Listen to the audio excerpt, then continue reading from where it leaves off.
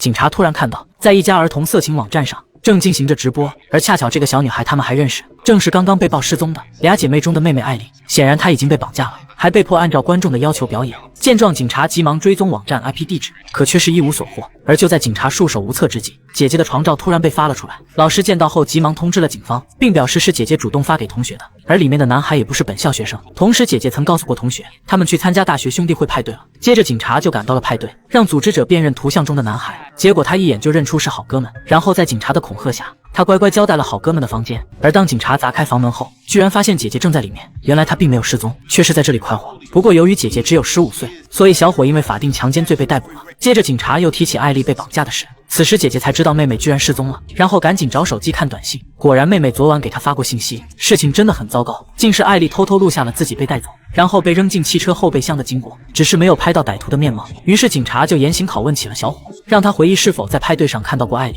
这是个简单问题，但小伙却沉默不答，这一下就搞得警察没耐心了。不料此时他才开口，表示曾看到艾莉和永强在一起。永强的年纪比较大，经常提供派对用品，并且他的妹妹温蒂也一起。同时姐姐也证实，我俩就是被温蒂带到派对上的。然后就讲述了温蒂的样貌，她20多岁，是棕发，有鼻环，还有一条皮革腕带。然后警察就将直播截图拿了过来，结果一看这个腕带，姐姐确定和温蒂的一模一样，这样基本就可以断定直播中的男人就是永强了。那接下来就是想法找到人了，可是警方却无法追踪到直播的 IP 地址，因为他是在暗网上。于是他们只好来到儿童色情组寻求帮助。然而负责人很是不耐烦，声称暗网找不到，还抱怨天天在这些视频里找线索，眼睛都要流血了。但警探们不管这些，他们一心只想要线索。对此负责人也没办法，毕竟手头上的案子实在太多了。见状俩人也就不多说了，刚要转身离开，不料负责人突然开口，有一条希望不大的线索，就是我们刚逮捕了一名黑客，他黑过一些暗网儿童色情网站，或许他能帮上忙。结果这个黑客还真的挺厉害，一眼就看出了网站的本质，很快就锁定了他，开始追踪了起来。可出人意料的是，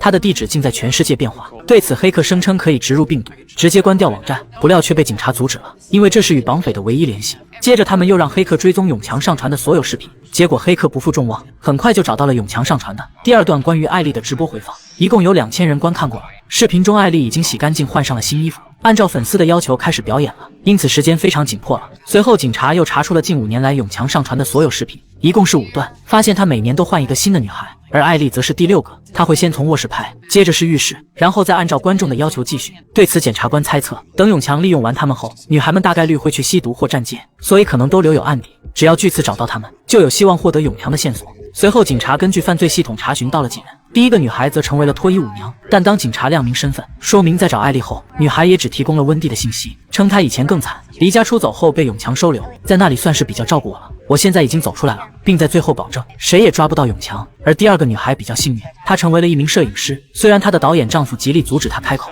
但女孩还是偷偷写下了一些东西交给了警察，而上面居然是温蒂的住址，这可算是重要线索了。随后警察就在半路上堵住了温蒂，问她是否认识艾莉。起初温蒂还不承认，但警方有酒店的监控证实俩人说过话，可温蒂仍想狡辩，警察只好对她好言相劝，希望她坦白。不过温蒂还是不说，并转身就要走。见状警察急忙给了她一张名片，希望温蒂想起什么就打电话，并要求她先拨打一下，好事先存下号码，谎称是为了走流程。殊不知这是警方故意为之。就这样他们获取了温蒂的号码，随后就立马对她的手机进行了监听。果然温蒂被打草惊蛇了，她正在联系永强，并赶往他的住处，而这些都被警方获取了。紧接着警察就开车跟踪起了温蒂，希望跟着他找到永强。不久之后温蒂就到达了目的地，而警察也紧随其后。既然终于找到了永强老巢，那也没必要再放任温蒂了。却不料温蒂丝毫没有慌张，因为他早已识破了警方的计谋，屋子里竟是空的，永强已经提前撤离了。然而就在警察失望之际，永强的声音却突然传了出来，这可把人吓得不轻。原来是他开启了直播，并直接和房间里的电脑连线了。显然永强是在赤裸裸的挑衅警方，不过好在他没看到本森在场，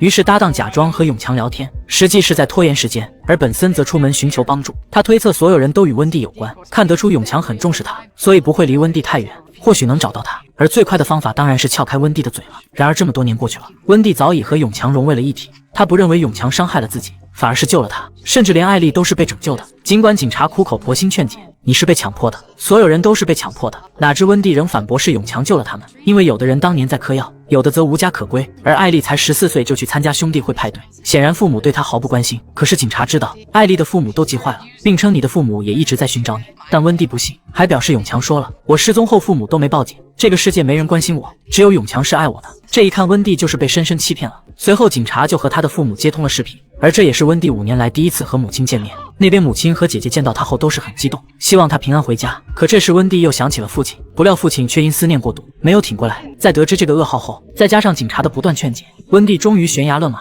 交代了永强的藏身处。然后就在永强按照观众的要求对艾丽伸出咸猪手，即将表演之际，警察及时冲了进来，永强顿时就吓懵了，然后他就被枪顶住了脑袋。而这一幕对面的警察也看到了，这下终于放心了。最终艾丽被成功解救了出来。等到两姐妹见面后，姐姐满心都是愧疚，不过好在结果是皆大欢喜的。